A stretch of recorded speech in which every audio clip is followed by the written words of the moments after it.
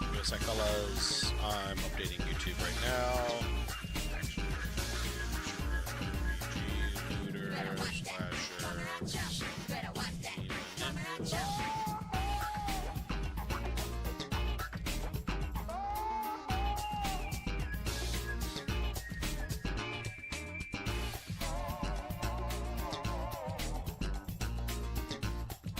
Okay.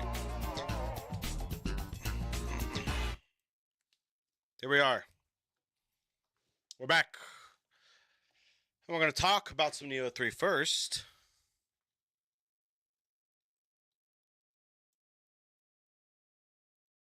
And then I wish this side mic would work more. And hold on a second.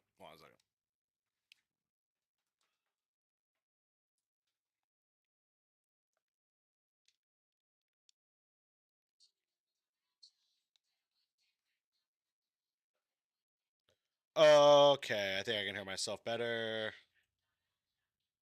Let's do this. I don't think that changes anything on your end. That changes a lot of things on my end, though, which is what I need. Turn that up. My voice sounds good. This balance sounds all right. Okay. So,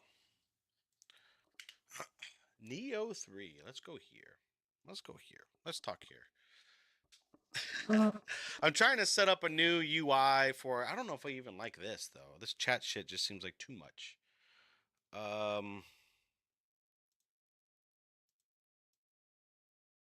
Right? Doesn't it?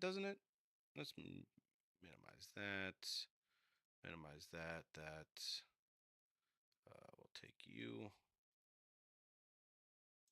Kind of be like my fucking little name tag, right? That's pretty cool. I like that actually. That's I might keep that actually. That's pretty cool. Okay, subs. I don't give a shit about that right now. I need that. That's for fucking sure. Bring you up a little bit. Tight. Okay. I wish I could find a way for this to follow me. So, my Nioh 3 review. I'm going to preface this by saying that I've always been a huge Team Ninja fan. Ever since the OG Ninja Gaiden came out on Xbox, not to be confused with the OG Ninja Gaiden that came out on NES, but the Xbox version was something that... No. I'm not talking about... This is the greatest part about this. I'm not going to talk about the gameplay. The story. The story... I will say this. The story fucking slaps. More so than any story in Nioh franchise. I would say out of all of them, Nioh 3 had me guffawing. And guffawing is... Right? Like, when you're caught off guard, is that guffawing? I don't know if that's actually guffawing. I'm pretty sure that's what guffaw means.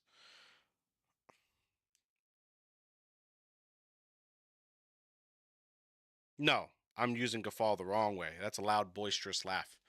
Um, shock. I was in shock. I really, really, really fucking enjoyed the story of Neo 3 more than any other Neo game out there. And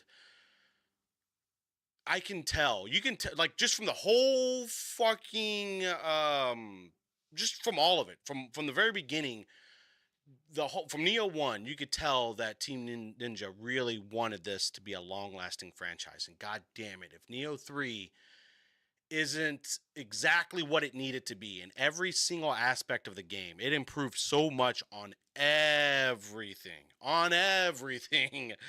And even the story. And that's all I'm going to say about the story. I'm not This is completely spoiler free. I'm not spoiling anything for anybody.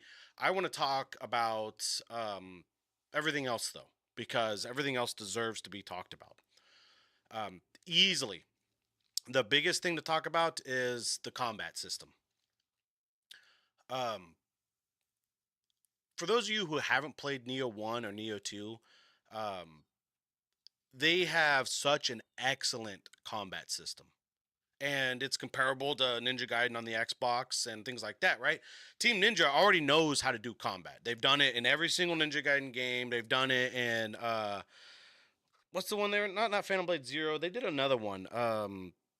Sekiro, right? They did Sekiro, right? They know combat, and Neo 3 is easily the showcase of it all. Is Neo 3 is a showcase of how much they've learned throughout the years, because when they first talked about the samurai ninja division, right, where you had to switch between samurai and ninja, I was extremely skeptical, because it felt to me like they were taking something where it's like, oh, well, one character could be both, and then you're pretty much dividing it.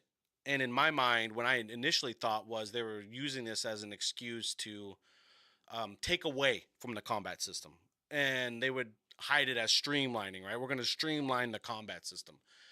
And so I was skeptical that they would take away that this mechanic of switching between ninjas and samurai would take away from what I would consider to be one of the greatest combat mechanics, one of the greatest combat oriented games out there, one of the greatest systems out there in Neo. But shit, bro, this just added to it. It really did add to the whole thing. And it's weird because while they added to it, it does definitely feel like it's streamlined. And that's so fucking hard to do.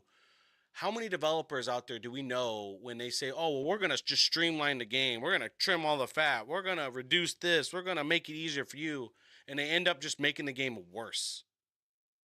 They end up making the game, they end up cutting what made the game, what gave it its identity, right? How many games do you guys know that are like that? I can think of, like, Halo was a big one of them.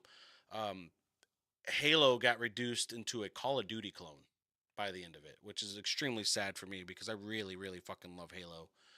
Um, that's just one example.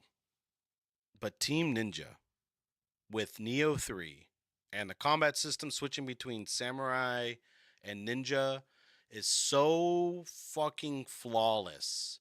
And not only that, but it encourages you to want to do it. I know there's Spooky out there, my Discord buddy, fellow culture member, Spooky, and he's stuck on ninja. He or samurai. He just wants to be samurai, which you can actually do the whole game like that. I feel like if you wanted to, you could just play the whole game as a samurai or a ninja. But the developers did such a good job at implementing mechanics in the game that kind of motivate you to want to switch in between. There's parries that are exclusive to just switching forms in between an attack. And not only that, but it just looks so fucking cool to be able to switch between two sets of armor just instantly on the fly, and change your entire way you approach the game. So, for example, my samurai has a sword, a single-handed sword, and dual swords. Um, because I've always liked the idea of a sword collector character, right? A character that's just like that guy from One Piece, right, with all the fucking swords. I've always loved that idea. So that was my samurai. My ninja also dual swords and a ninja sword. And here's the cool part about this is the ninja dual swords and the samurai dual swords have two completely different skill trees, two completely different skills. And so while they condensed a lot of this shit, right? The skill trees aren't as big as they were before. They took a lot of passives that were in the skill trees of like Nioh 2 and Nioh 1, and they implemented this thing which I thought was fucking brilliant called the skill system. The secret skill system, I think is what it's called. I can't remember. It's going to be on the screen whenever I edit this in post, right? But it's just a list of customizable skills you can tack on your character, and it completely removes the need to have those skills in your skill tree. So everything's condensed. All your points that you spend matter when you're investing them in weapons and skills and shit. And then you got your side skills, which you can customize between your ninja, your samurai, and skills that affect both. And right now, I have 3 pages. I have a page for both, right? Ninja and samurai, ninja and samurai. And in total, I think I got like fucking 8 or 9 skills set. But as far as being available, I've unlocked like 30 different skills, but you can only fit so many, right? So the customization options just on that is fucking endless, right? You want to be a ninja that focuses on magic, you can actually customize your skills to benefit that. Fine tune this shit to just be a magic ninja or a magic samurai. Or maybe you don't want to do magic, maybe you want to do ninjutsu, right? All of this shit is just there. And so it's like instead of them piling it in one thing, it's in different systems that doesn't overwhelm you. And it's so seamless and so intuitive that it almost kind of fucks me up because I've never seen something like this in gaming. I've never seen a system so clean and intuitive and not filled with bloat. And that's Nioh 3. That's Nioh 3. The demo's out. I'm not saying spend money. Try the demo. The demo will tell you to spend money. The demo will tell you and convince you more of anything than I could ever do in any fucking stream or whatever, bro. The game is beautiful combat wise. The mechanics, the buttons, it all feels good. It all flows good. There's no clunkiness. And for the first time, really, in my history with Nioh and games in general, um, I want to try everything. And Nioh 1 with Will, I strictly went to Kusarigama. With let's step outside those games and let's go with Tekken. What's up, Quad? You ever played Nioh 3? You need to. You need to. And with Yoshimitsu, right? Tekken, I only ever played Yoshimitsu. I like with me whenever I play a game, I hyper focus on one aspect of the game. With Nioh 2, I did strictly ninjutsu. That's all I did. With Nioh 3 though, bro, this is the first game that I feel like I want to explore everything. I got points dumped into like up until now I've been strictly just kind of just using the samurai sword, but dual katanas is oh bro, dual katanas is amazing. And fists punching people looks really fucking good. It's just crazy how much of this I really want to explore, and in really the first time that I can really think of, um, I feel more motivated to try everything rather than just stick to one build. And that leads me to the second part of my review. And one of the big reasons why I can't advocate for this game enough is the customization.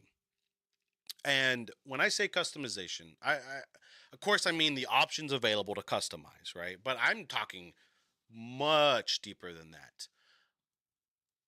How many games have you guys played where, like Nioh 2, right? Or Elden Ring? The Souls games are notorious for this, where you set your stats and then now you have to like grind specific items to reset them.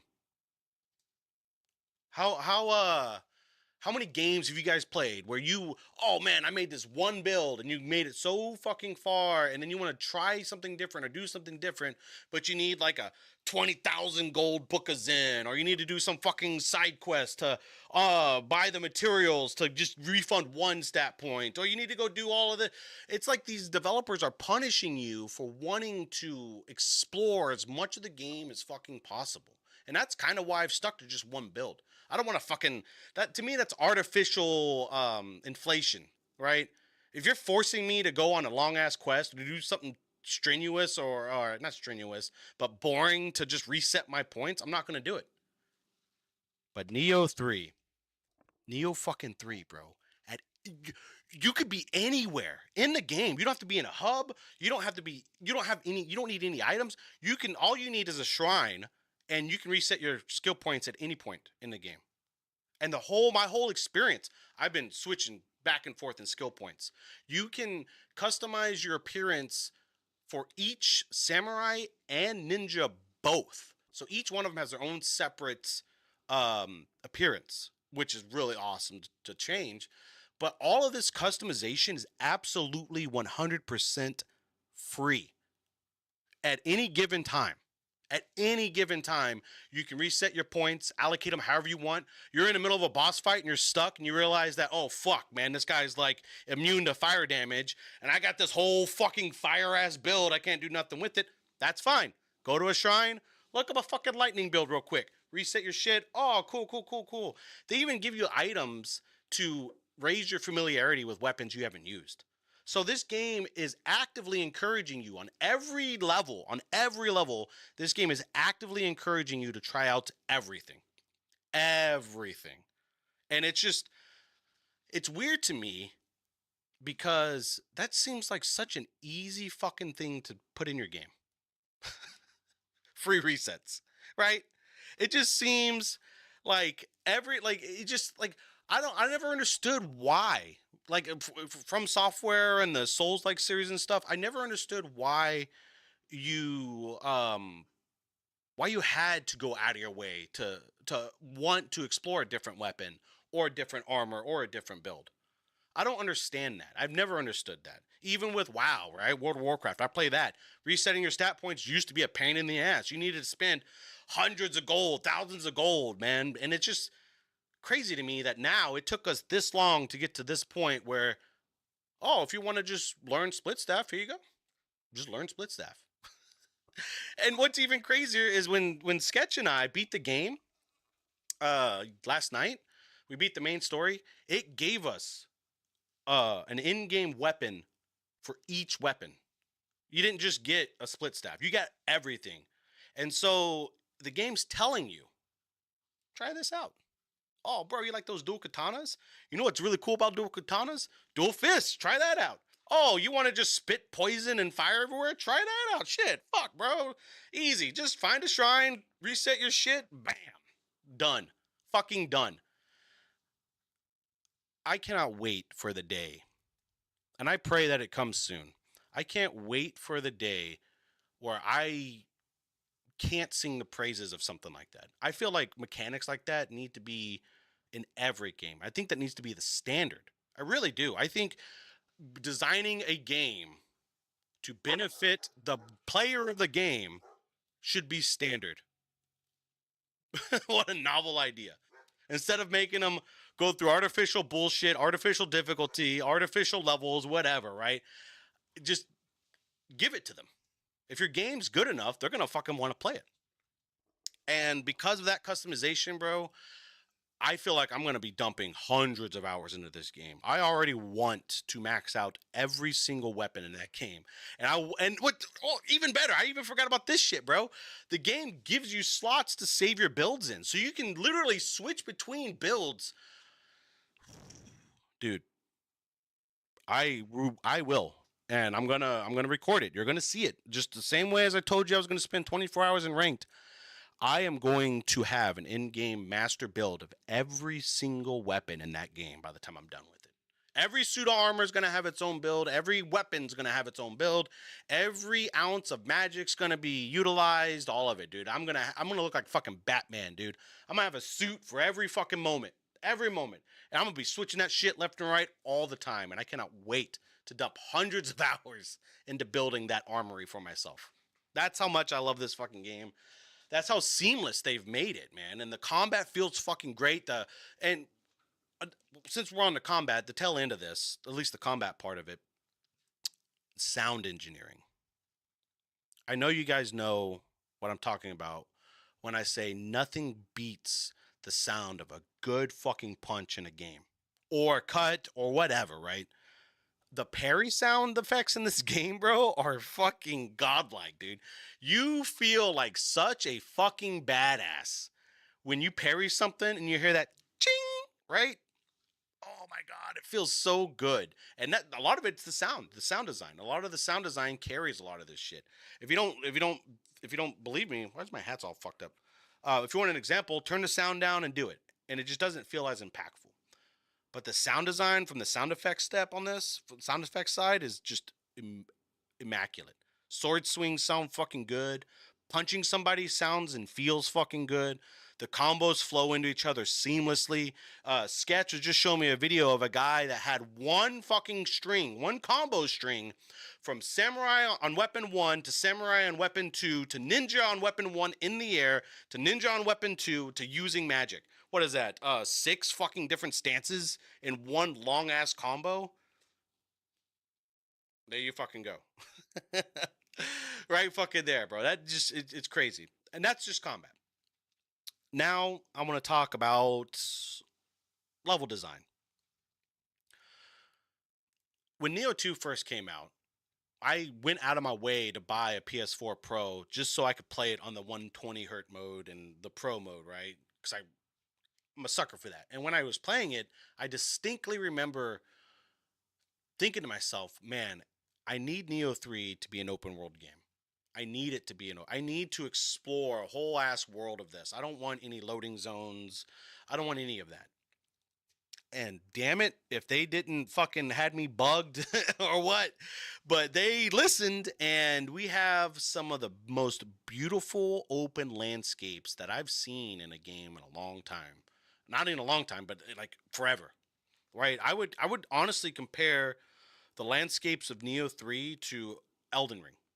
You guys remember when you first loaded into Elden Ring and you sat there, and when you first opened the door, right, and you see the world for the very first time unfold right before your eyes. And you're like, I want to go fucking that way, or I'm going to go that way. Or you see like a big castle out in the distance. You're like, I'm going to make my way that way, right? You have this crazy sense of wanderlust that you want to dump into this game. Nioh 3 does the same fucking shit, bro. There are different zones. I'm not going to tell you how many or whatever, but there are different biomes, different areas. There's a, you name it, they kind of got it. And it's all set up in the same kind of open world fashion as this, where numerous times you walk through a cave and into an opening and you just see it. This badass landscape right in front of you, bro. And it encourages you to want to explore because everything's so meticulously placed, so well thought out that you could literally like in fucking Elden Ring, you can go off in one direction. It doesn't even matter what direction you're going to go in. You can go off in one direction and you're going to find an adventure. There's not any dead space in that game whatsoever. There's no downtime. Well, like there's downtime in like working on your builds and going to the hub world, right? But as far as like gameplay wise, exploring and fighting and shit, there really isn't downtime. Enemy placement's so well made. All the areas are worth exploring. There's a lots of hidden shit. I don't want to say what, but there is a lot of cool hidden shit you can unlock in each area. So the world design is just weird to me because I even said it to sketch while we were playing there were times when I felt like I was playing Elden Ring, where like the landscape just felt and looked so um magical and like fantasy like, right? I'm not saying it looks like Elden Ring is a bad thing, but it was able to capture the same kind of lightning in a bottle that Elden Ring captured when that game first came out. And I don't need to tell you guys how rare that is. I don't think we've seen another game with landscapes like Elden Ring. The only other comparison I can draw is Expedition 33. The world detail and environment of Expedition 33 Very similar, very fantastical, very big, wide. It encourages exploration. It wants you to explore. And Neo 3 does the same thing. I've never felt like, mind you, from Friday to now, well, we'll say Thursday because I played the demo. From Thursday to now, I've dumped 65 total hours in this game, and there wasn't a single minute in that entire 65 hours that I felt I was doing something monotonous or boring or whatever. I always felt the motivation to play more, to explore more, to do more, to fight more, to get stronger, to get better, to unlock more. So much so that I dumped days, literal days into this fucking game, and I don't feel fatigue. All I feel like I want to do is play fucking more. And after I'm done reviewing this, that's what I'm gonna do. You guys are gonna get a good toss at New Game Plus. I'm gonna go visit the world, and I'm not doing anything story related anymore because I've unlocked New Game Plus. But I'm gonna explore more. I'm gonna explore more of the game and kind of flesh out my build. So you're gonna see a lot of that here. But the world building is beautiful. It's paced so fucking well. And then this leads me to the story. Let's talk about the story. Let's talk about the lore and the story. Anybody that knows the Nioh franchise, knows that their storytelling, while great, isn't their strong point. They're not gonna win best writing awards anywhere. You're not gonna get that out of here, right? You're not gonna get the same thing, the same quality you get out of Expedition 33 from Nioh, just because it's not that kind of game. It's not a game that needs to, or it's not a game that's built around a narrative. It's a game that's built around mechanics and a world. And the game does such a good job at delivering you those mechanics and that world that the story can kind of be lacking. And there are some weird things where it's like, oh, okay, yeah. But then, and I'm not going to tell you when, I'm not going to tell you when, but there is one particular moment in the game where everything, every fucking thing just changes for the better. I was left with my jaw on the floor when specific things were happening in the story. And I don't want to say shit. I'm getting giddy just thinking about it. I really fucking hope we see more of these storytelling elements in other games because the way they did it was fucking immaculate. And I cannot stress to you guys enough how much I need you guys to play this game and beat it so I can talk to you about this story because it's some fucking awesome shit, dude. It's some shit that I have not seen in any other game and some really frankly like elements that I never thought we needed in storytelling until I saw them now in this game. So while the story isn't going to win any awards, the mechanics of the story, if that makes sense, solid. But I would say the story's probably one of the weaker parts of this game. And right next to that is the music. Now, the sound effects are great. The sound effects are amazing, but the music is kind of monotonous. Um, it doesn't really drive anything in the game, and that's the hardest part about it. Is it doesn't carry anything. The music doesn't carry any moments. All the moments I remember, I can't tell you what was playing in the background. Um, a lot of the gameplay that I've played through, right? A lot of the moments I had just in the gameplay, the music really wasn't there to really. It just you don't. It's not memorable. You don't recognize it. You're not gonna hum the tune. It's nothing, and that kind of sucks because I feel like if the music was just right there with the storytelling and the gameplay and stuff, this would have easily been a 10 out of 10. But the music is definitely a derogatory mark, not a derogatory. What's the word I'm thinking of? The music is definitely a mark against the game, for sure, for sure. Storytelling, while like there were some innovative things in there, the pacing of it is hard because it's not as in your face as other narrative driven games are. You have to really kind of pay attention to the story, but it's worth paying attention to. So we got the story down, the music's all right, gameplay's fucking 10 out of 10. The combat system's great, the fucking character design is amazing. You already know what you're getting with Nioh. The Souls-like aspect is beautiful. The looting, like I'll put it to you this way: with the way the loot works, the looting system, I feel like other games need to do this, and I feel like Elden Ring kind of did it, but not to this extent. When you play this game, the first thing you're going to notice is you're going to get a shit ton of loot. You're going to get a lot of loot. And you're going to think that that's kind of like oversaturation, right? You're going to get the Borderlands effect. Oh, I got all these fucking guns. I can't do nothing with them, right?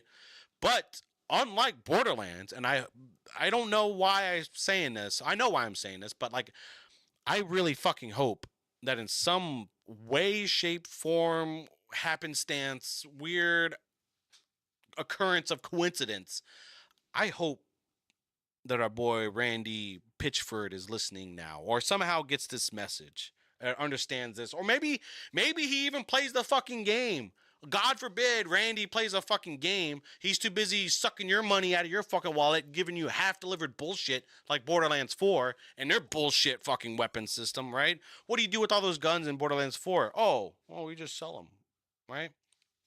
Not Nioh 3. Not Nioh 3, buddy. You know what you do with piles of weapons in Nioh 3? There's 3 different systems in the game that actually require weapons, like scrapping weapons, and they're very critical systems. The first one is obviously the money system. You can sell your weapons for the in-game currency, the gold, right? And everything from crafting weapons to leveling up weapons to buying items and all this shit requires money. And they don't just hand that shit out to you in Neo 3. You're not going to get enough gold to pay for everything just by doing missions or killing enemies. At some point you're going to be forced to sell a good grip of weapons and armor to pay for whatever service. So you're going to need your weapons and all that loot for that. The second thing is their soul matching system, which is pulled from Neo 2 and Neo 1. Um, if you have a good weapon with good stats on it that you like, you can what do they call it? Soul extract all your junk weapons for enhancement items that you can spend on your weapon. So you have a level 5 sword that you want to carry with you throughout the whole fucking game, right? You can just take all the loot you don't want, soul extract it, and dump it into your weapon, and your weapon will level up with you. And that goes with armor and everything, right? So you have 2 sets of armor, 4 weapons that you can dump all of this soul extraction into. So now the second critical thing you're going to want is soul extraction. So that's another thing that your weapons are used for. The third thing is crafting. In order to craft weapons that you want, you have to disassemble weapons that you don't want. And you don't get as much materials as you used to in Neo 2. So now it almost feels like you're not getting enough. I'm stuck right now, and thank God I don't have to spend any money on any resources respecking. But I'm stuck leveling up my items and my weapons. Right? I wanna. There's specific weapons I want to craft, but I don't have the crafting materials to craft them, and I really don't have the gold to craft them. Now I gotta sit here and grind this gear out, all this bullshit weapons, right? All the bulk, just so I can have the materials to forge my items and level them up and hopefully have money. So you never feel like the items in this game are useless. Everything that you get in this game has a purpose, has a very defined purpose. And so you never ever have an inventory full of just junk that you don't want to get rid of, or that's just useless, right? Everything in the game requires you to just deliver the weapons you pick up in the game, if that makes sense to you guys. Which I find brilliant. Brilliant. I never feel like I have just a bunch of useless shit in my inventory. I always feel like I got something I can dump that stuff into. And that's going to really extend the life of this game because it's going to make grinding um, much more rewarding because you're not just grinding for a simple thing. You have a whole variety of things you can dump that grind into.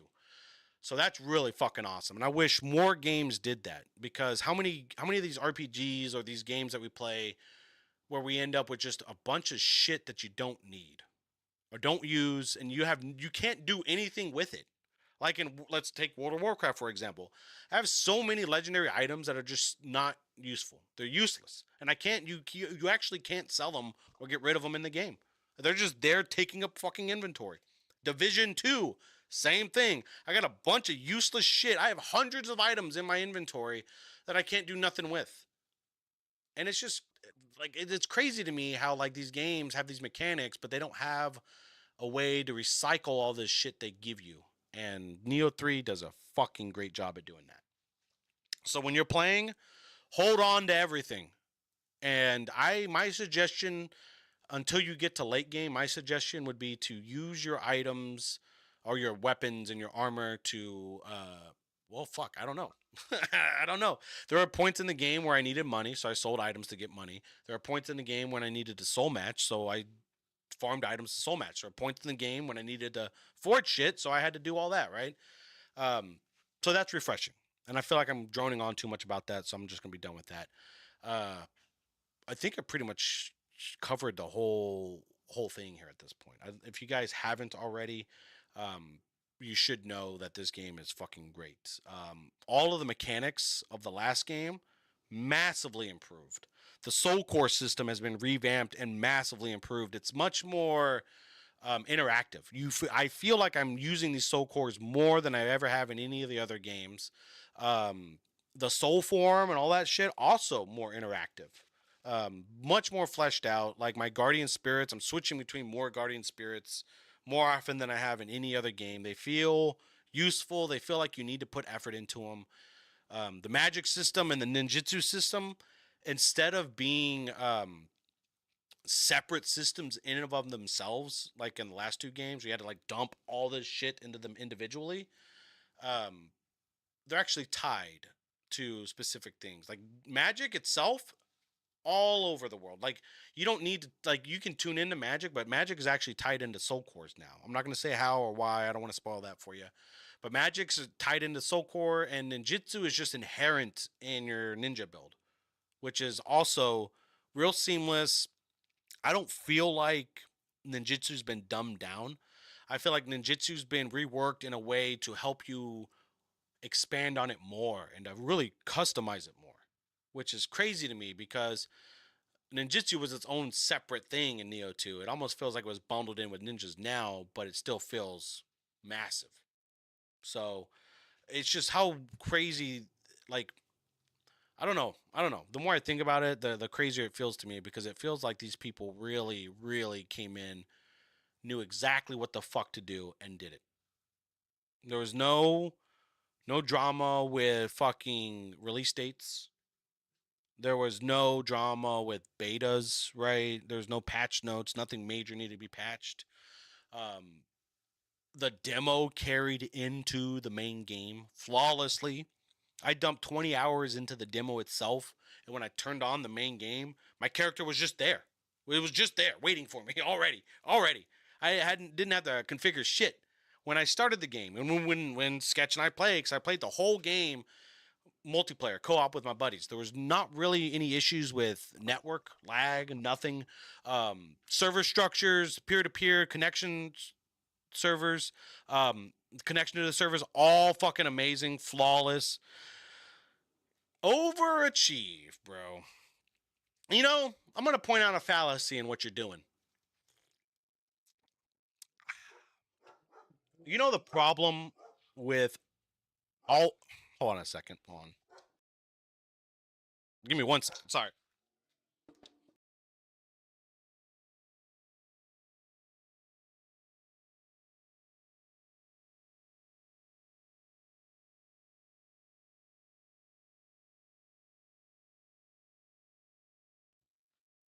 I think my dogs are still fucking barking at that chicken that's somewhere out there. It's not my backyard anymore. It's just roaming the fucking streets. I don't fucking know. Anyways, look, Achieve.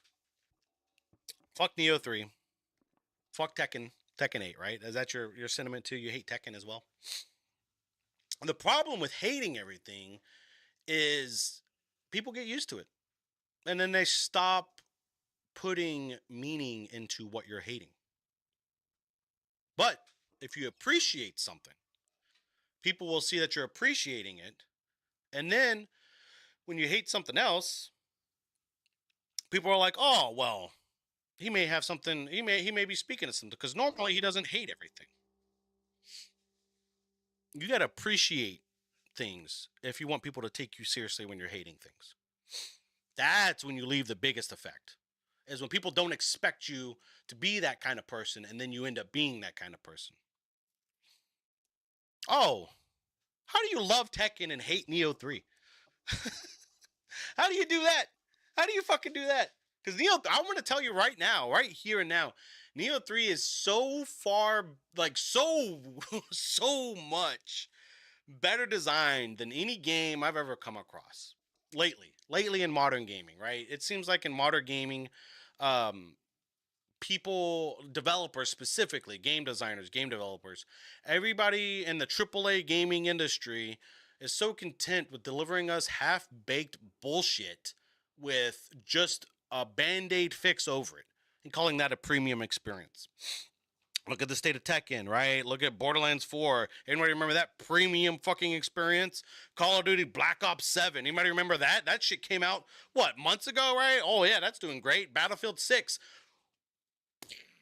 fucking gone, exploded. Player count took a dive, right? And here in the middle of this, right in the pile of all this fucking just stinky garbage, is a gem. A finely cut fucking diamond of a game in Nioh 3. And the hard and this is where I'm going to end it. This is going to be the perfect ending for this review before I get into the game here.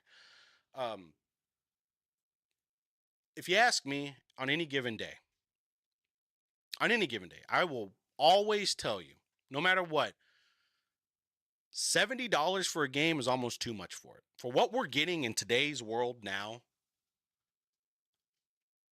$70 is a tall ask. You're going to ask me to pay you $70 so I can run Borderlands 4 at fucking 40 frames on a fucking 4080 Super with 32 gigs of RAM? That unoptimized piece of shit, right?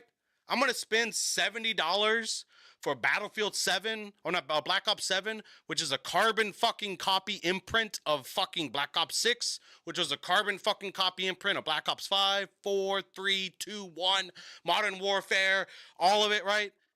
You're gonna ask me to spend $70 on that fucking bullshit, right? You're gonna ask me, you guys. I know you guys know what I'm talking about because these games suck. These games are terrible, and the only reason I even tolerate Tekken is because of you guys, and because like, look, let's be honest, Tekken isn't that bad, but it could use some work. we get we as gamers, you, me, Quad, Pharaoh, Tej, Rival, TJ Sketch, Z, everybody, all of us collectively have, as gamers, have been borderline fucking gaslit into accepting mediocrity. We have been borderline gaslit into accepting, I would, fuck me, sub mediocre bullshit and then paying a premium price for it. We're so used to being fucked over by developers, game designers, companies, all this shit. I'm pretty sure everybody in this chat can tell me a story of how some developer ruined your favorite franchise because everything's going fucking corporate. It's all about this fucking, it's all about this. The almighty dollar, right? These companies would rather spend less money to make more money than to spend a little bit more and make a good game. And I'm going to tell you this right now. Nioh 3 is a perfect example of a $70 game. The absolute pinnacle, perfect example of what you should get when you spend $70.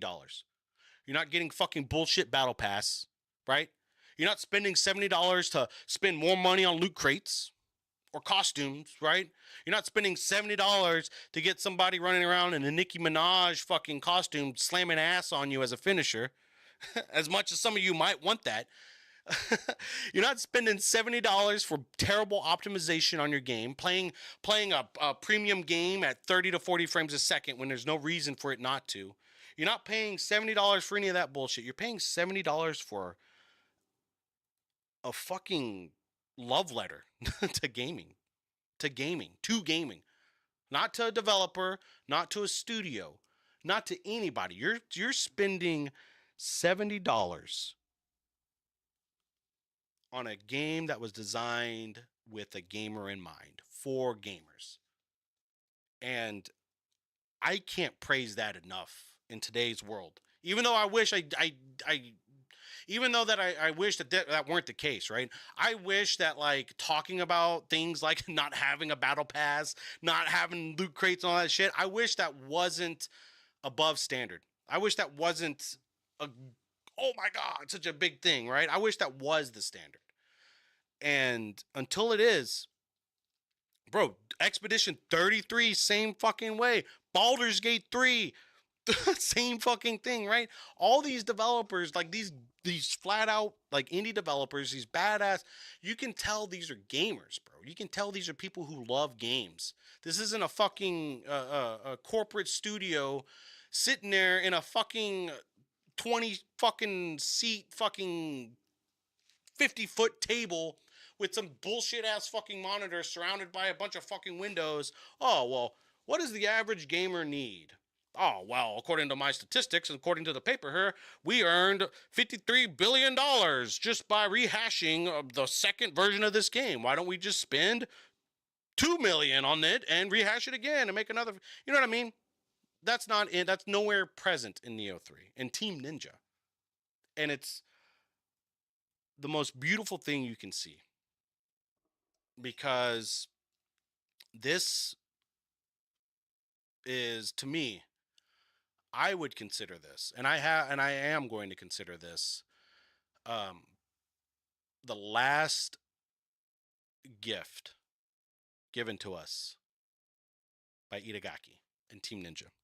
This is such a beautiful way to remember such a legendary human being.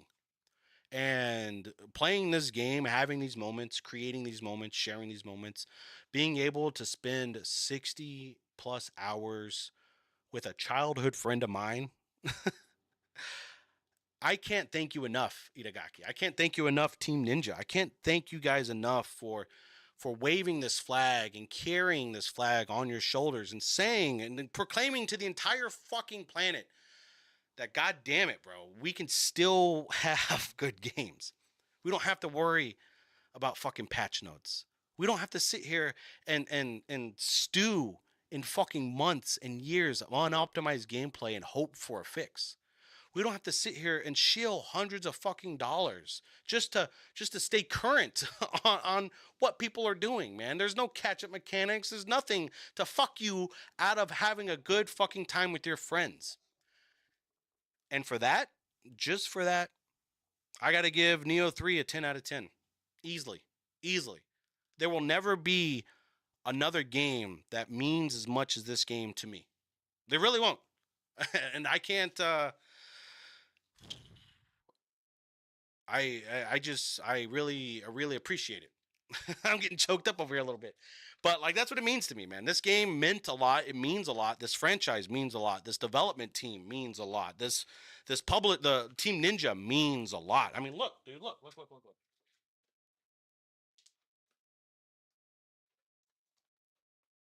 Team Ninja. Team Ninja. Ninja Gaiden, right? Like fuck, bro. Like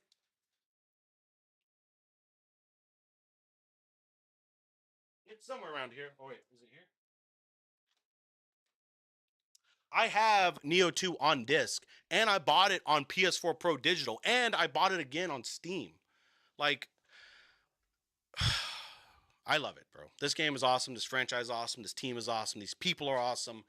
And if you're in this world and you're gaming and you hate gaming, the current state of gaming right now, if you want a change, if you want to go back to how gaming was and rekindle those same feelings you had, bro, Neo 3 is easily the best $70 investment you will ever make. Easily. Easily. But yeah, that's it. That's all I'm going to say about my review. It's been awesome. It's been really fucking fun. And I have pretty much talked myself into wanting to play this game. So that's what we're gonna fucking do. That's what we're gonna fucking do. It's starting up now, bro. Like, play Neo 3. Like, you want to play Wulong, right? Like, Nioh 3 is a new experience. Think about playing like a new Wulong, right? Nioh 3 is pretty close to that.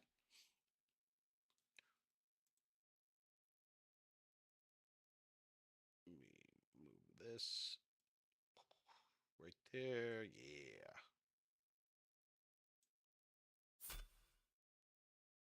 Oh, here's another fucking thing, actually. Here is something else um that I will also fucking sing the praises of. I found out that this fucking game runs on the ROG Ally. This game is so fucking well optimized that it runs on a handheld PC made 4 years ago, 5 years ago, right? You kidding me? You kidding me? This thing can run on, bro. I've been taking that with me, hanging out on the bed or the couch or whatever, bro. Like, fucking love it. Fucking love it. It was like, it's hard for me. It is extremely hard for me to accept any other sort of mediocrity in the world when things like this exist. Right? It's hard for me to sit here and listen to somebody, oh, well, you know, you just got to dump a little bit more time in a Black Ops 7. It gets good. No, fuck that. Fuck you. I'm playing this. If it doesn't fucking grab me from the very fucking beginning, I'm not spending money on it. Fuck it. And goddamn, bro, I wish more of y'all played the story, dude. I'm almost spoiling the story because I want to talk about it so much, but I can't.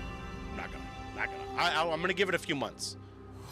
If by summertime you haven't played this fucking game, I'm talking about the story. I don't give a shit. Okay, so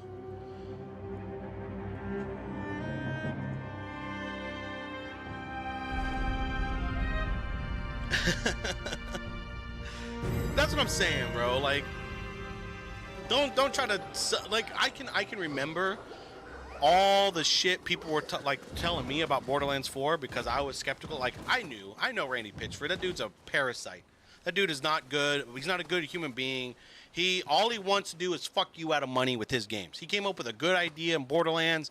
It got better at Borderlands 2 and then went to shit right afterwards. And it hasn't been fucking good since. Fit's pretty good, right? Check this out. What about this one? What about my Ninja Fit?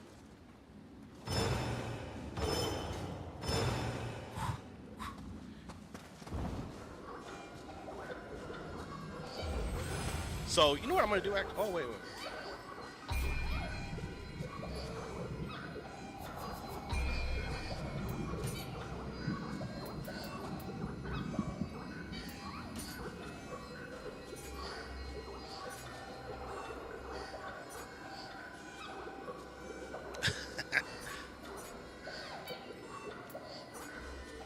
How am I going to do this?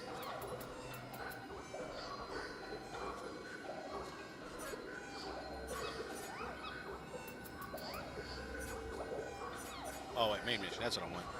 Tiger's Cause. All right, let's see if anybody's in on these fucking missions. I'm gonna play hero. It's time to play some hero work here. Yeah. So somebody's obviously having trouble with this boss. That I'm. It's a level 50 boss. I think I'm like level 110 at the moment. So I'm gonna help him out. We're gonna help him out. Watch me get fucking wrecked. What's up, Beastly?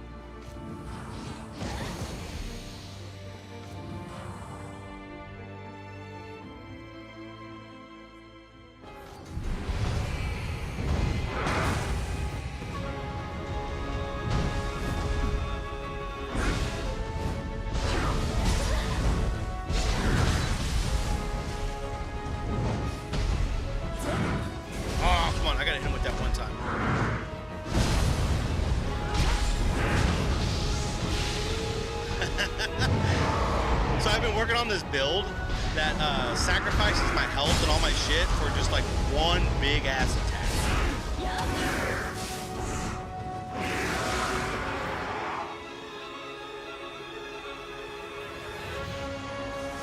Well, that was easy.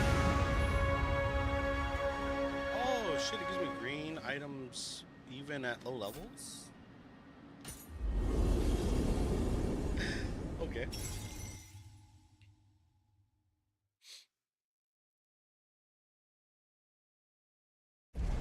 I might try something a little bit harder. That was a little bit too easy.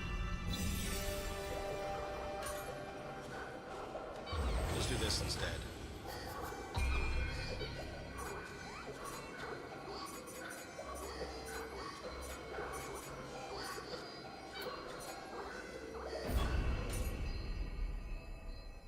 This one I got fucked up on actually. This I've been trying to work on this. This is like a boss rush mode essentially.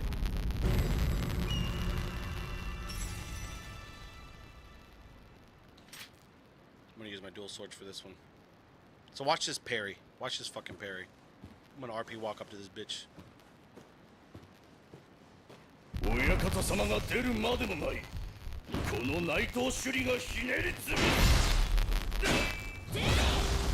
Oh, the camera fucked up.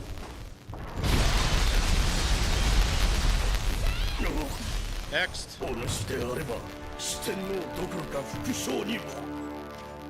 惜しいものよ。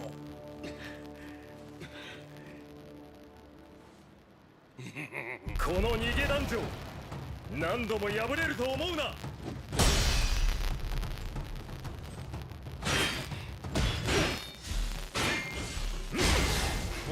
Oh no no no! What do you mean? Is it like a lot of static? Like coming from the game or from me?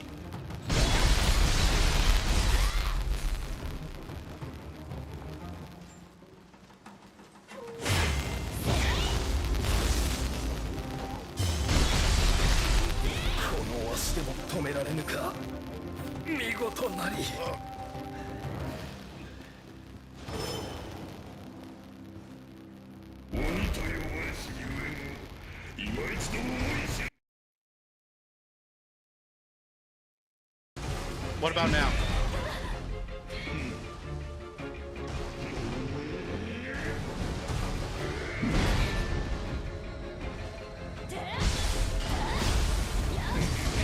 Oh, he grabbed me out of there.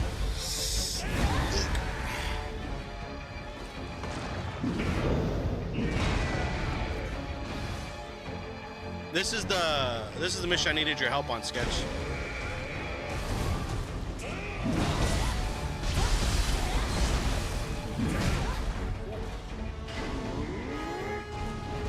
Move kind of fast. Oh! Let's see if you like being slowed down, bitch. How did I even get hit by that?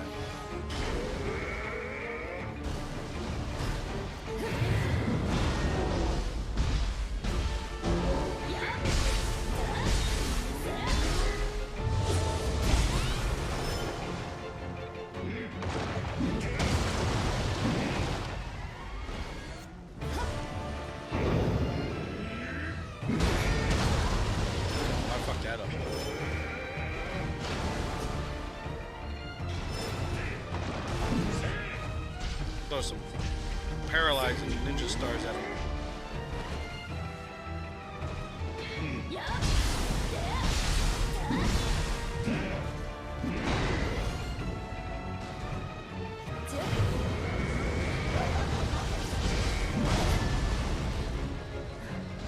Oh, Teach, I actually, real quick, you know what? I'm gonna sell you on this game right now. Actually, I'm gonna sell you. I got 2 boss fights. I'm gonna show you, buddy.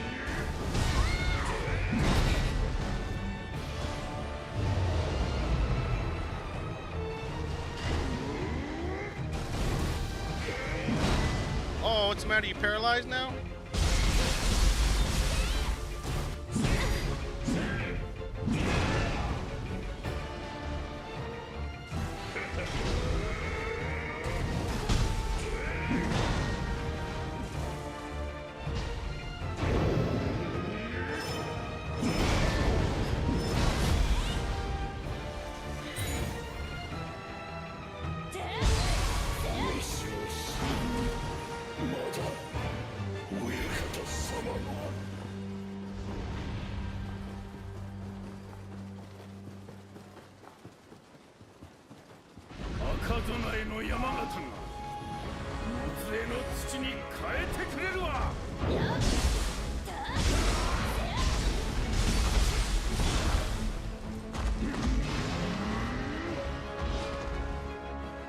Right now, I'm using a combination of magic, which is slowing them down, and then ninjutsu to kind of move fast.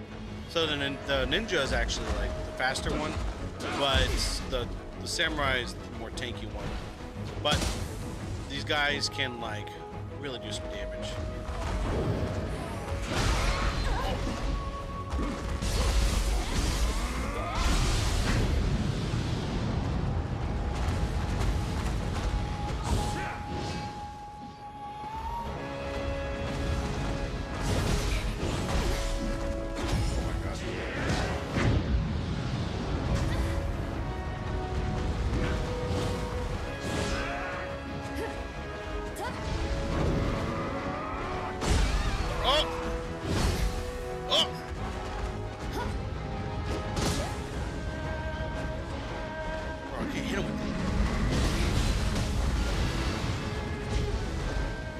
Give me some time, buddy. Shit.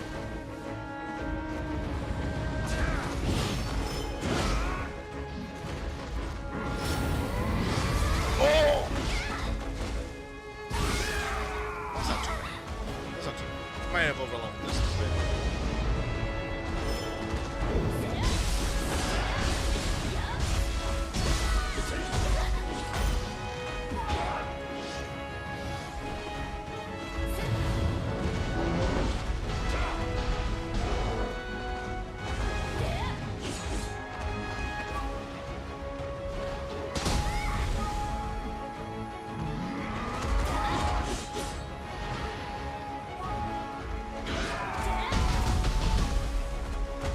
Gotta give him the Liu Kang, bro.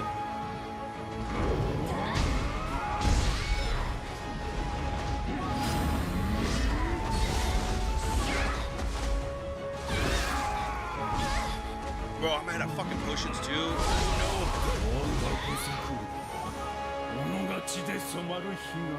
I got one. I got one. Oh, great.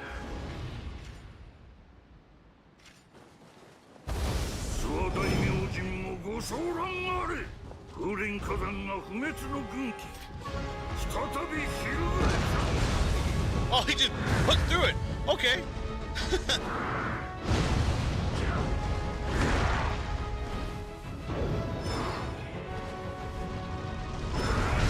Oh, he waited.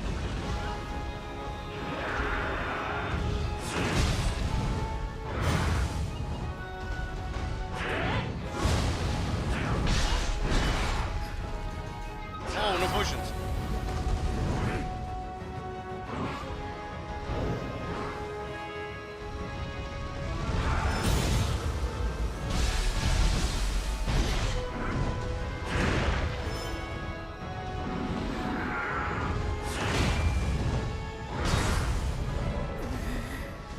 Oh, boy.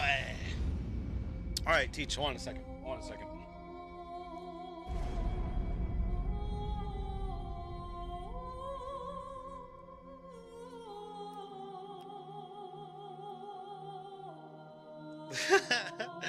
when I first saw this boss, I was like, I got Teach's ass now. I got your ass now. I don't need to.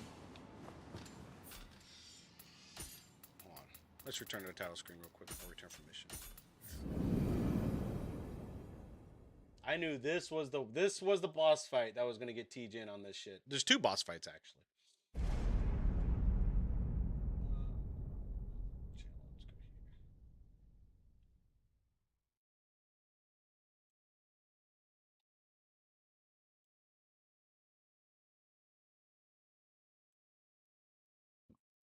Here we go.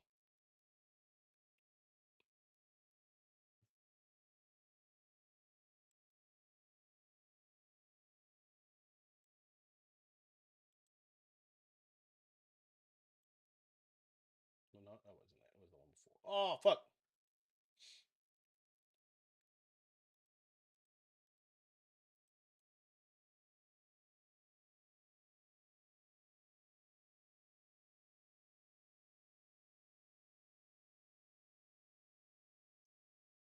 I think this might be it.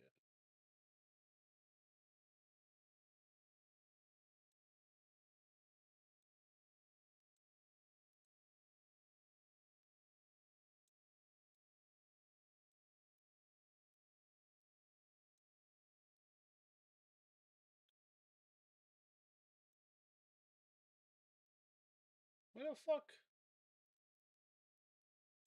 Hold on. Hold on.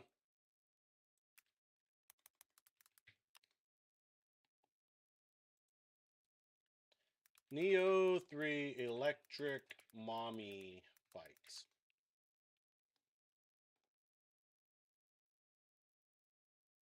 Where is it at? There we go. Let's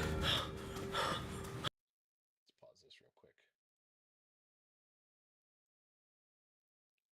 Here it is, boys. Where is... I turn that on. Yeah.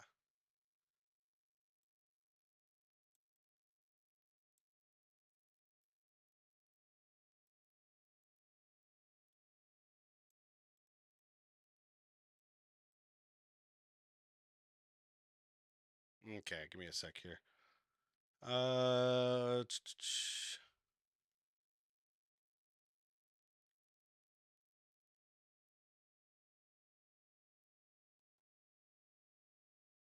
Damn, I forgot the name of the boss.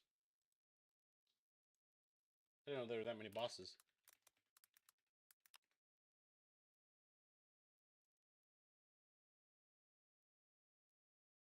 There we go. All new 3 bosses. What am I looking for? Nope. Nope.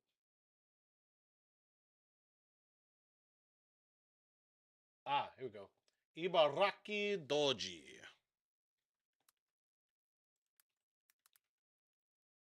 There it is. There it is. All right. At long last, my arm.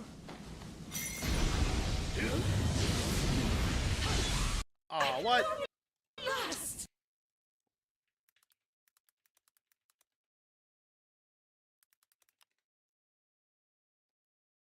Yeah. Look at this intro, bro. Look at his intro.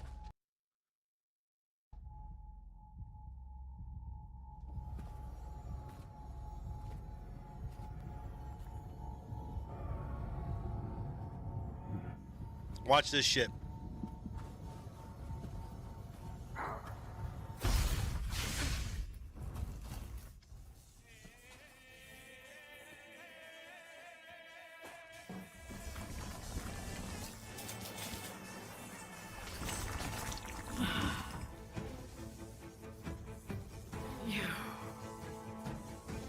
You reek of yokai slaughter.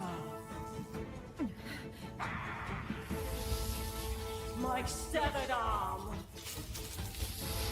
falls out for vengeance. Teach, let me ask you something. Just for scale. Just for scale. Please. You'll face retribution. Look at that shit. Yokai as you please. Vengeance.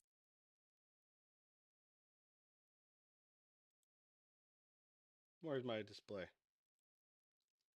You're walking down the street and you see some lightning lady, like big, tall, thick lightning lady with a 6-pack of abs, super thick legs, and an arm like that walking up towards you. What are you gonna do? How would you react, Teach?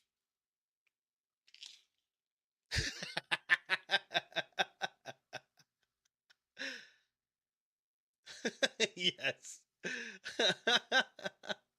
Oh, there's another one too. There's a way crazier one actually. Cat. Kasha. That's who it is. Kasha. Bro, this game, these developers knew exactly who they were catering to.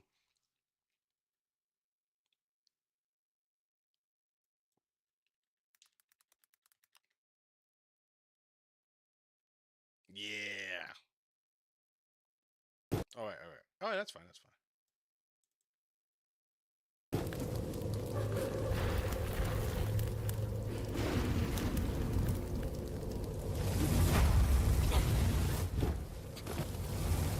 This boss fight is straight for the cleaners. Straight for the cleaners, for sure.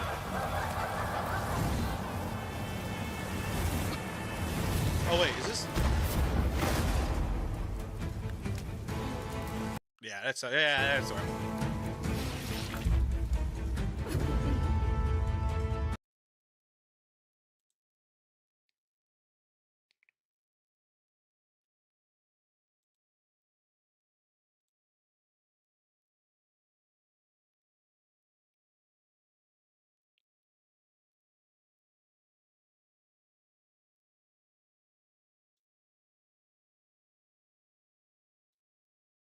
Somebody get Scythe in here. Somebody get Scythe in here, stat.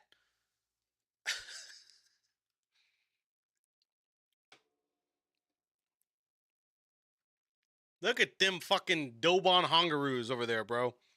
Look at those massive ones, bro. Why? Why does this cat need big ass titties? Crazy. Fucking crazy, bro.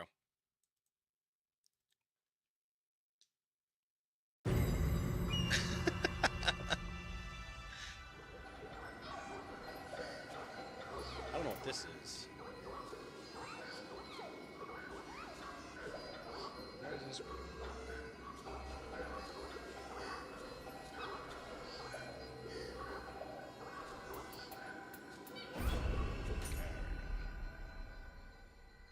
Let me change this shit.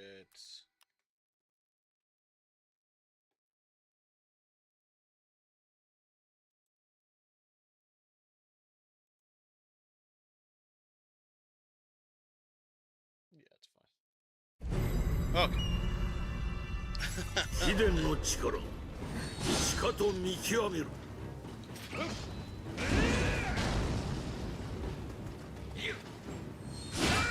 Oh, I keep hitting the wrong button.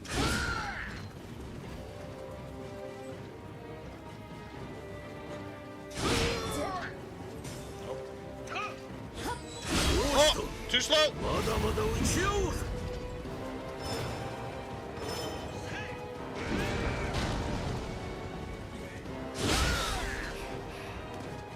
Bro, he keeps breaking my key. How strong is this guy? Not that strong.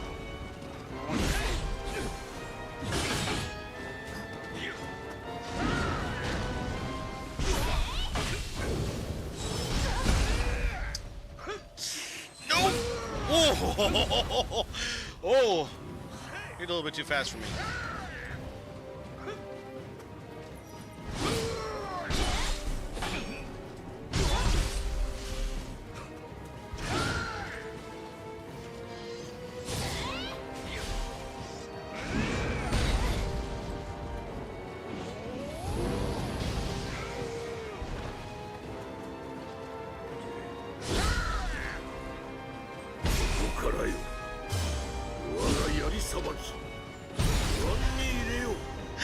I have this attack.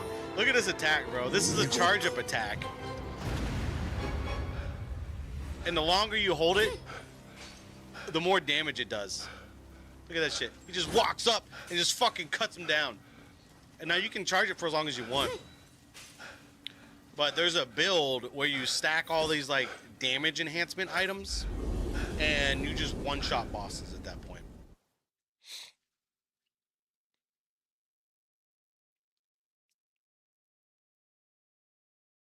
Oh,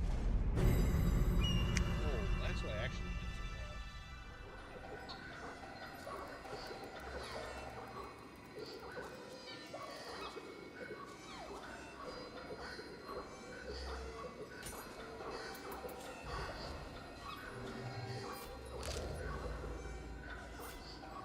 You know what? Let's just do this.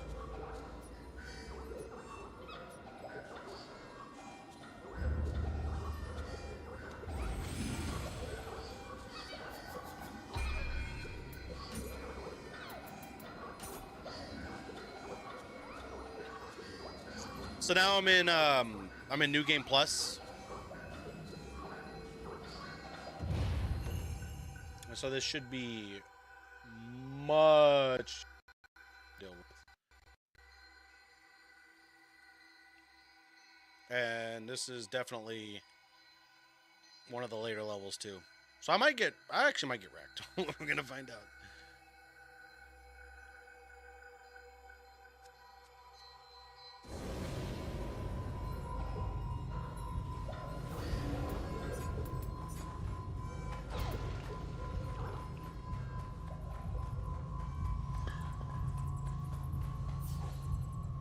Oh, this guy's he's just, okay.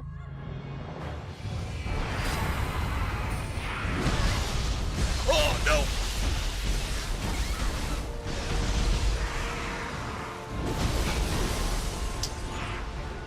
Alright, good.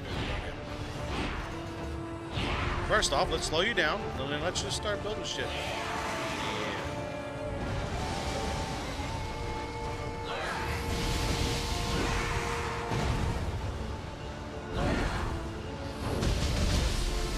Then shit for damage. Alright, fucking slice and dice time.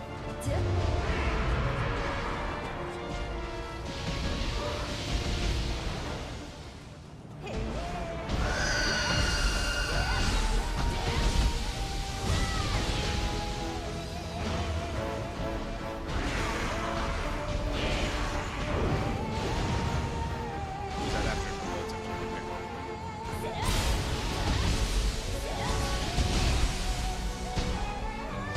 Oh, I'm in.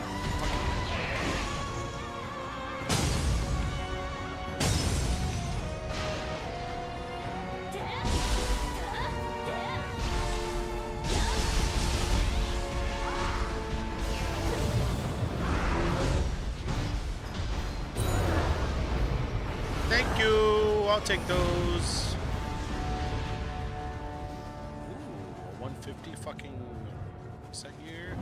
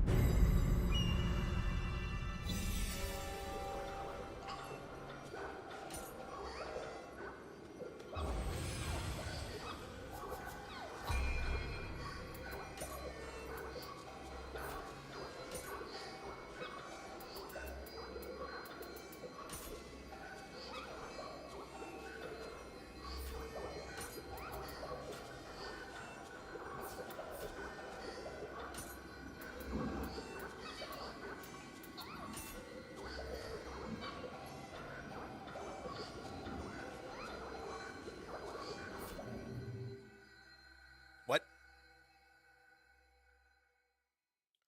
So everybody's doing today, man. How's everybody's Monday? I found out that my AC unit outside has an inverted polarity. So we've been wasting so much fucking energy for so long, actually.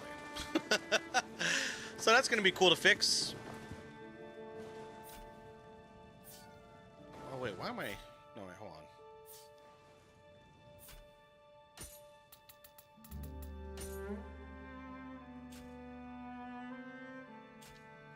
How come I... by myself?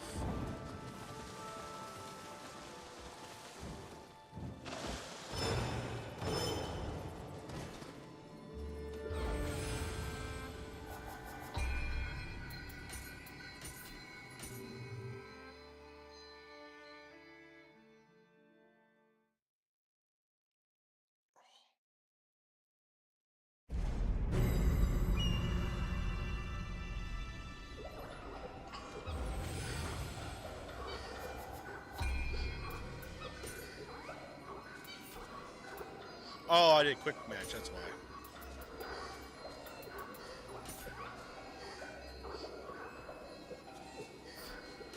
Come on! Ain't nobody on this fucking difficulty yet? Okay, whatever. So then...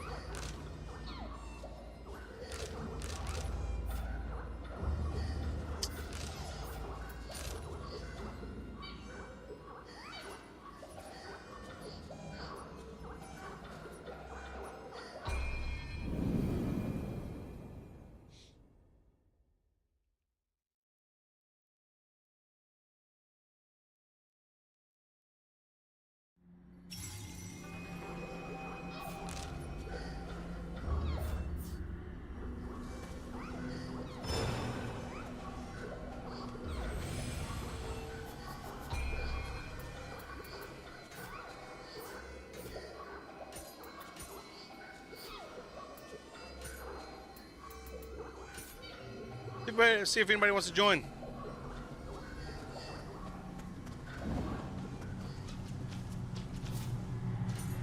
Your garage ceiling is falling. Is it because of the weather? A lot of the snow?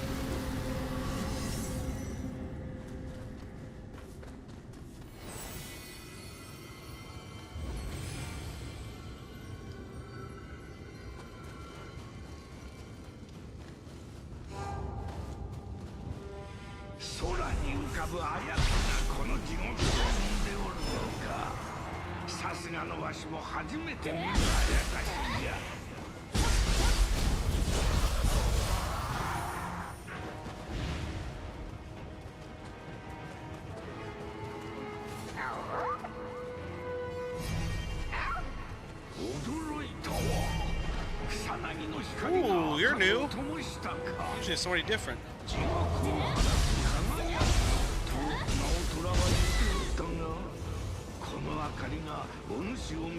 I also saw an enemy up there perched up. Not today, buddy. You're not fighting me today. Yeah, come to daddy.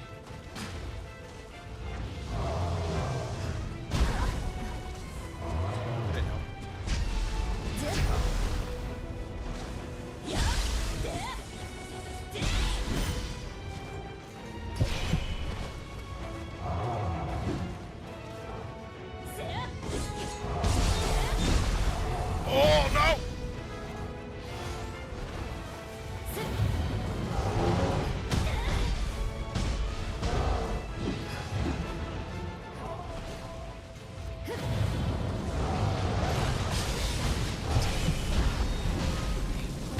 Can you push him further away from me?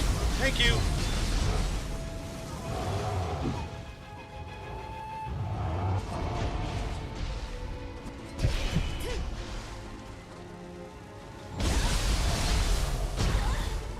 Okay, yep, you don't like that.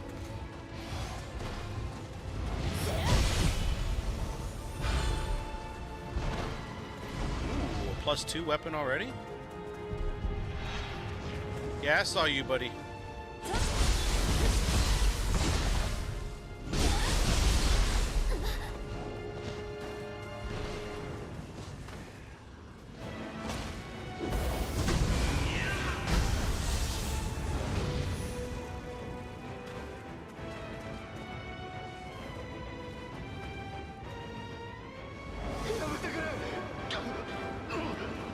Hey, real talk, and I'm just gonna say this once. I don't want to, put you in a weird spot or drag this out. Obviously, this is tough stuff to talk about. But sometimes, bro, we need somebody to talk to about that stuff.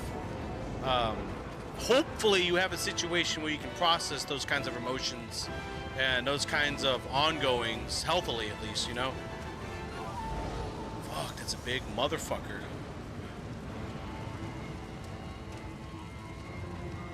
Let's check this other way.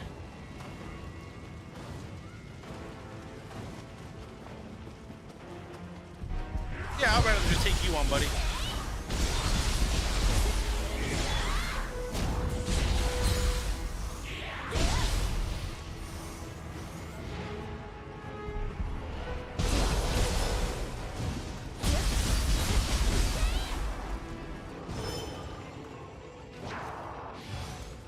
Try to fucking fart on me, buddy? Not today.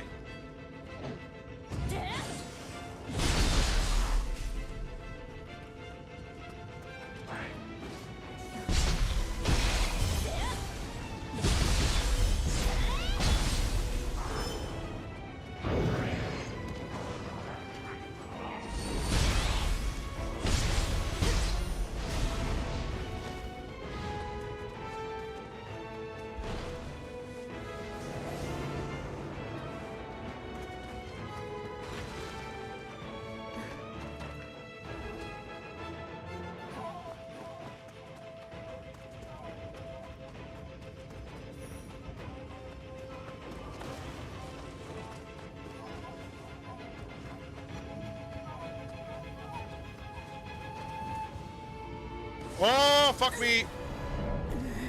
Missed it. I missed it. I am the worst at platforming. The absolute worst at it. I can't platform worth the shit.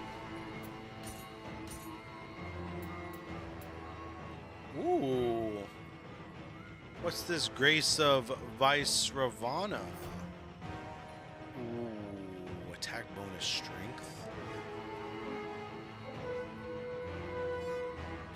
So this is going to give me a massive attack increase based off my strength stats. Let's see. Where are we at here? Oh, look at that. 40. It's like my second highest stat. That might actually work. And that's another cool thing about this fucking game, bro. That really makes you continuously grind it. So you see here, this little green right here, Grace of Inari. So that's a set bonus. And whenever you get 7 sets, or 7 pieces of that set, it'll give you a specific thing, right? There's that set. There's so many fucking pieces of gear that give you so many different bonuses to everything. Let's say you want to fucking be a bow and arrow guy, you just want to shoot bows and arrows. There's a whole ass set of gear that specifies and is specific to bow damage and increasing bow damage and shit like that. You want to be a magic guy, there's sets to help you with that. They're really, like the loot and everything, you can fine tune any build you fucking want in this game. If you can think it, you can build it in this game. And that's fucking nuts.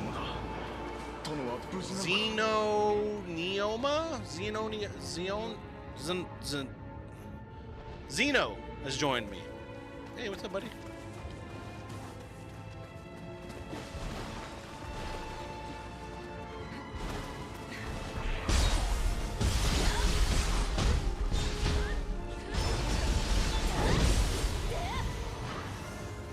Alright. Look at this guy. Ooh. Woo.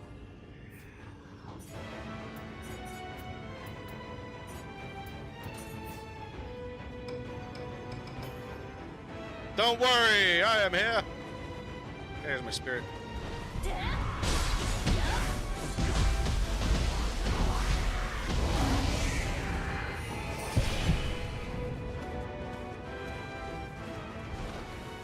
I almost did it again. I almost fucked up again.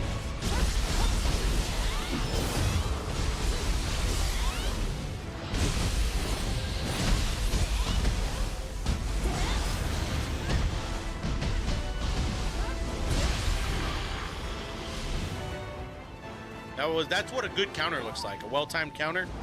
Just get that shit out of my face as you're fucking piecing them.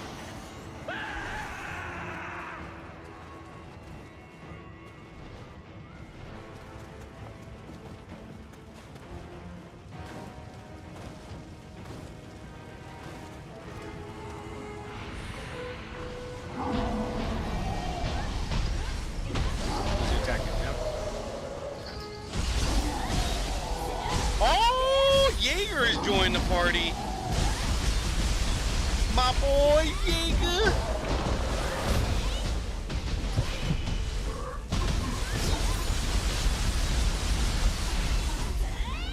All that slashing for that much damage.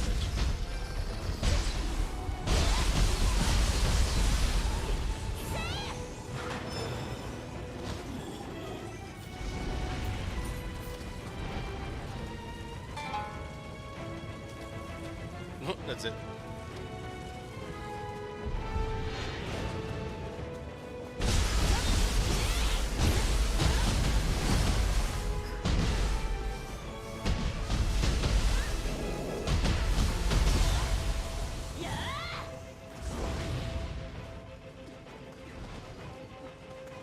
Hey, you want to get as much gear as you can from this Jaeger, because this is going to give us stuff to soul match and level up our equipment. So you wanna make sure you get everything out of here, dude. Because these dudes are dropping greens and everything.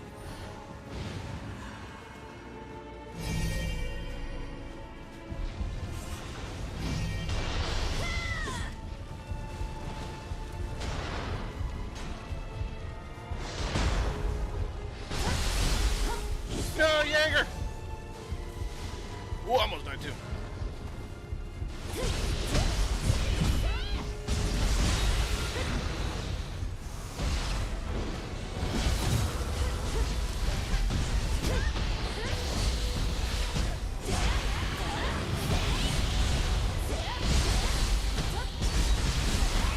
Bro, it feels so good jumping up on people in this game.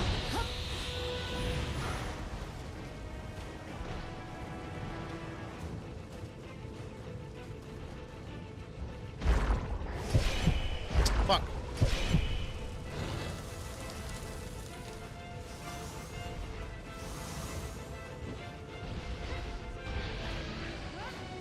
My dodge is like not dodging.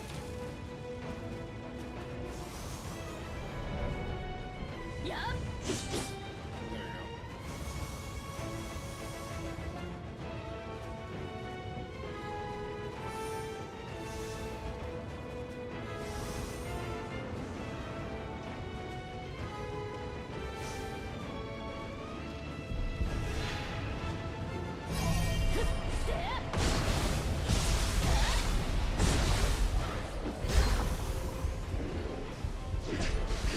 On Discord? Whoa! I made it myself. Oh, fuck, this guy.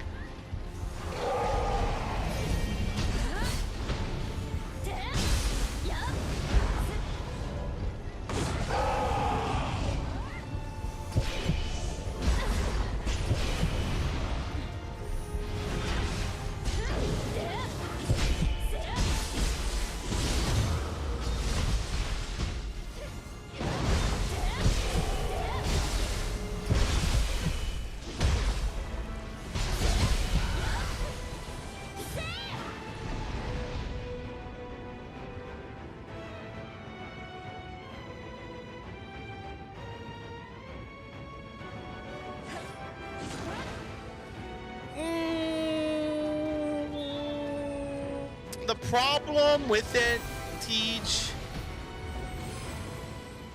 and I mean this in the nicest way possible, and I'm only saying this because I know how creative you are, right? And how creative you can be. You can do better. You can do way better. You can do tremendously better. You can. You really can. This would be good for like a year one. You know what I'm saying? But it just looks, it looks like the profile picture of like a faceless YouTube channel.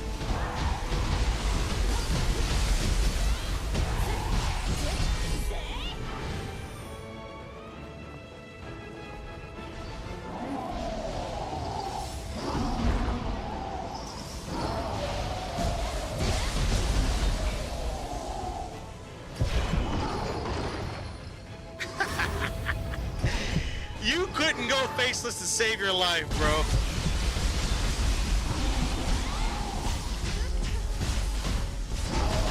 Whoa. Oh. Bro, that dude just struck you down.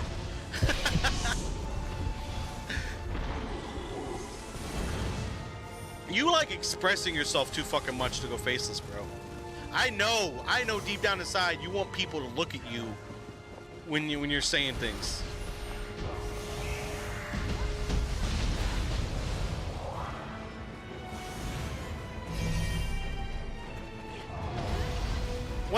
Who did the one before this?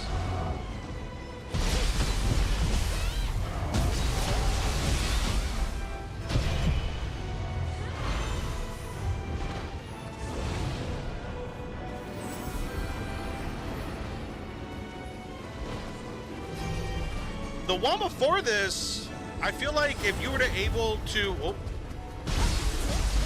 because like that doesn't look like you. That's my thing. It's like it doesn't have your goatee. Really doesn't, like.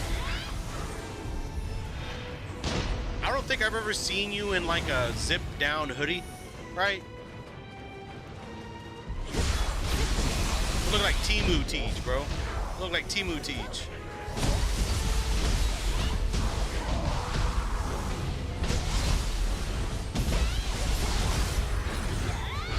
But giving him a beard, close the hoodie, and try to get it to where it shows the culture logo on the hoodie. That'd be pretty cool. Oh, and then we're just sitting here, huh? You're just sitting here chilling. Oh, you're right in the lava. Right in the lava. Just teleport right in the lava. That's fine. Help me out. Who's shooting us? This fucker.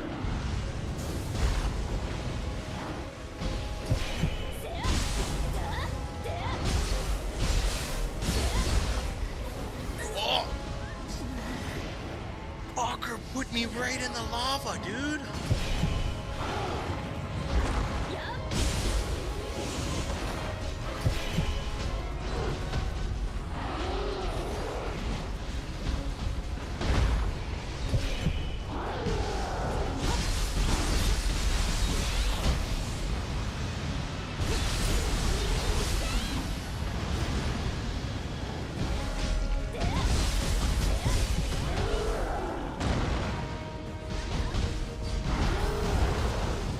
I think that would be pretty cool. That'd be really cool, actually.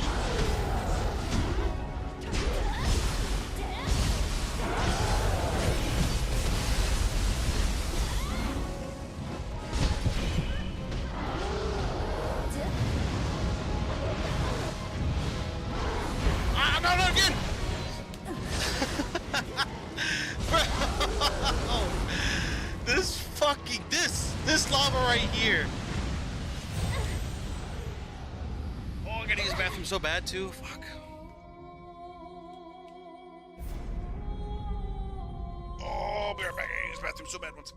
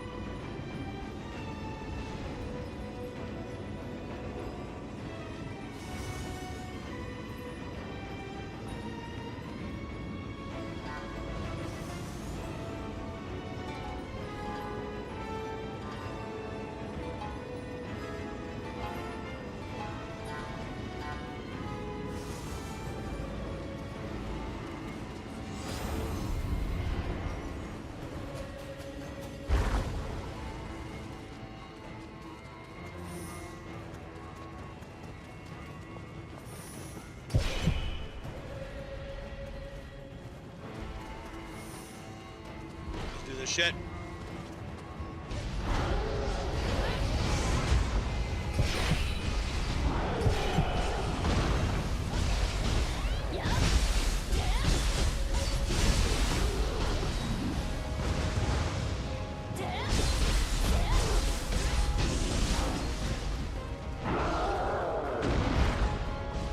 Watch this Liu Kang kick. Oh, I didn't jump. I didn't jump.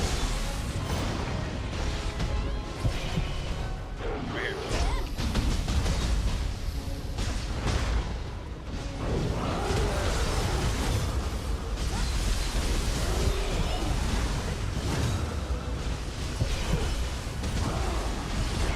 Oh.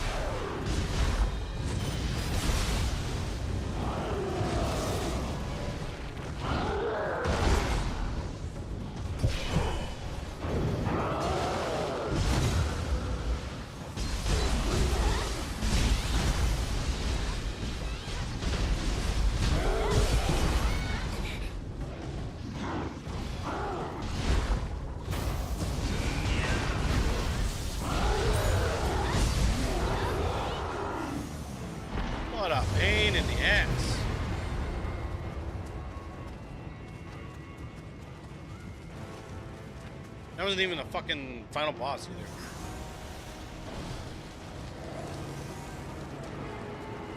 Add the GOTY, man. I don't know how to say this. Oh my god, bro. This lava is the lamest fucking... Oh, it happened to him too.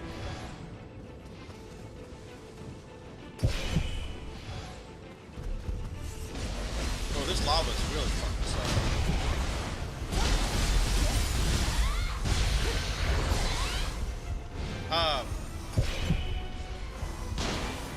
Look, I'm gonna say this, bro.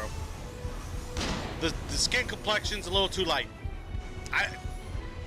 Sorry, but it's just skin complexion just a little too low. He looks too much like like me. You know what I mean? He's closer to me than he is to you as far as like the hue is concerned. So maybe look into that.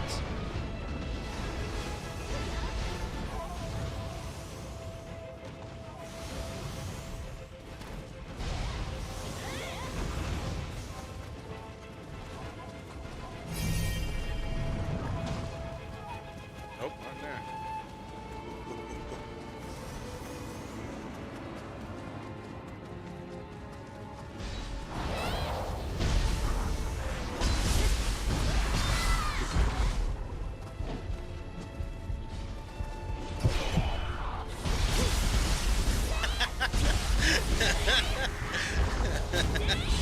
Damn.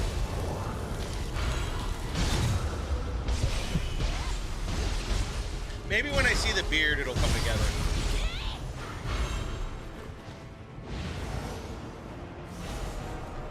Because low-key, that's kind of how I imagine, like, Scythe kind of looking like. Is that right there? The way he sounds makes me think that he looks like that. Where the fuck? Oh.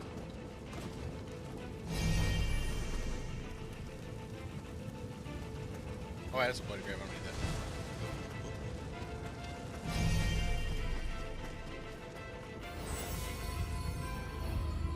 Look at you.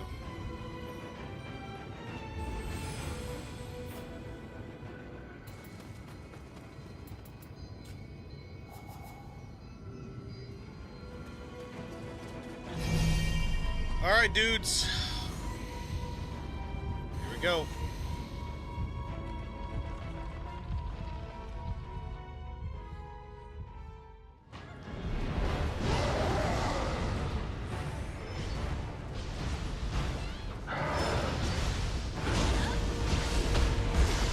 Oh, okay.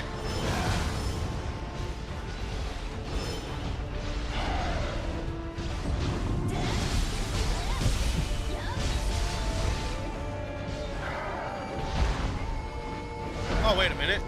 Wait a minute.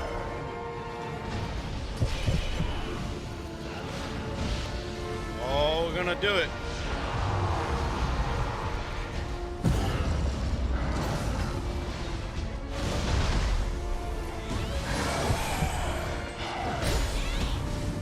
That's not much. That's not much. I'll take it.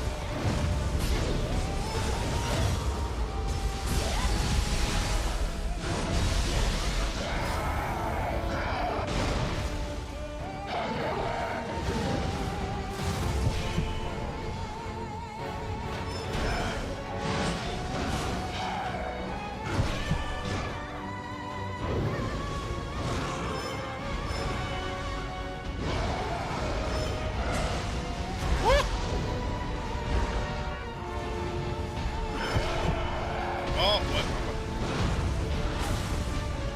Bro.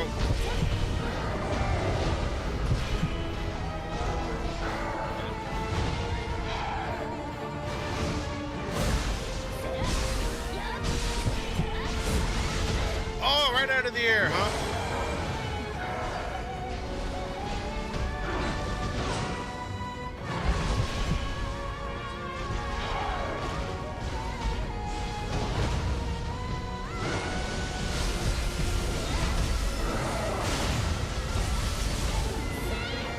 Woo! Give me that.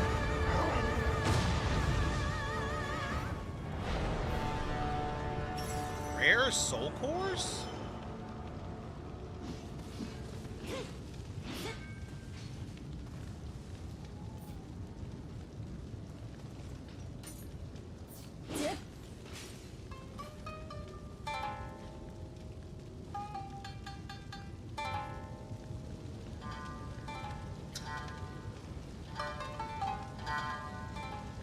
Here, let us play you the song of our people.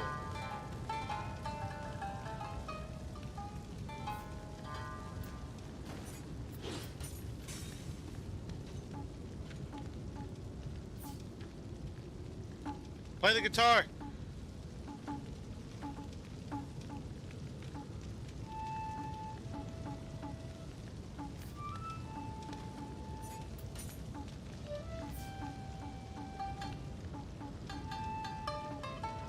Oh no, I'm writing a song, bro.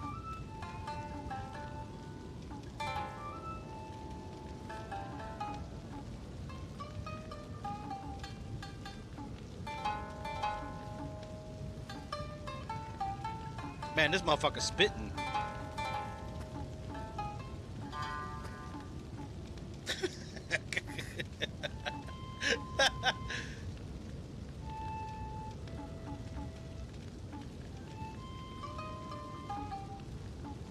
Oh.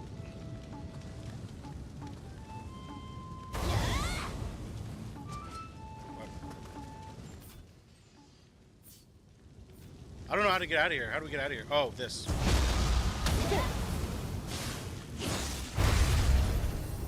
I don't. It hasn't updated yet.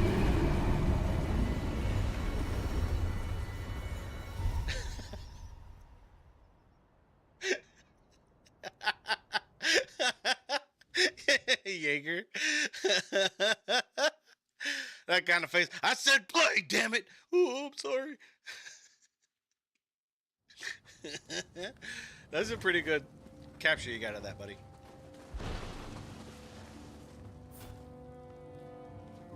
時を超え地獄を晴らす力の持ち主あなたには伝えなくてはならないことがあります。 Motherfucker, で dude, は look. 行きましょうか。 You're gonna. That shit, I thought that was a shadow, bro. I see it now. どうしました？参りましょう。 Maybe like a maybe a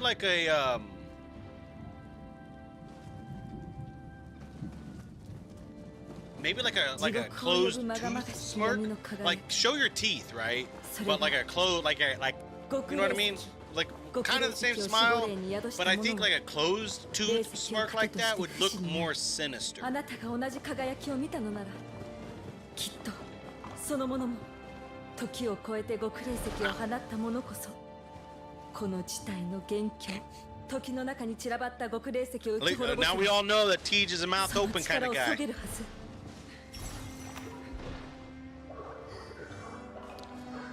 T's one of them mouth open kind of people, bro. あなたにお渡ししたいものがこれは極霊石と同じく太古に生まれた銅鏡 I don't need any of this. Any of this story. I can just skip all of this shit. Well, that you're not sinister. Why the fuck you got an avatar that looks like you're up to no good? I'm not sinister, but I got an evil cloak over my face. This fucking guy. What about that doesn't look sinister? ここは以前にも来た場所じゃの草薙の力が鏡に応えたのかん明かりが灯っておるの人がおったのかここについて何か知っておるやも尋ねてみようぞ Auto grave recovery is not a bad thing. Oh, and I finally got my fucking water familiar talismans. Look at this shit. I've been waiting for this. Look at that. That's so fucking cool. I need that in every element. So my idea is to be an elemental swordsman. So I have different swords with different elemental properties imbued in it, and then use talismans to give me elemental like wards like that. So like, for example, I have that water talisman that follows me around. I want a lightning sword with it. So like you're getting hit by water and lightning at the same time. And I want each stance to be a different element.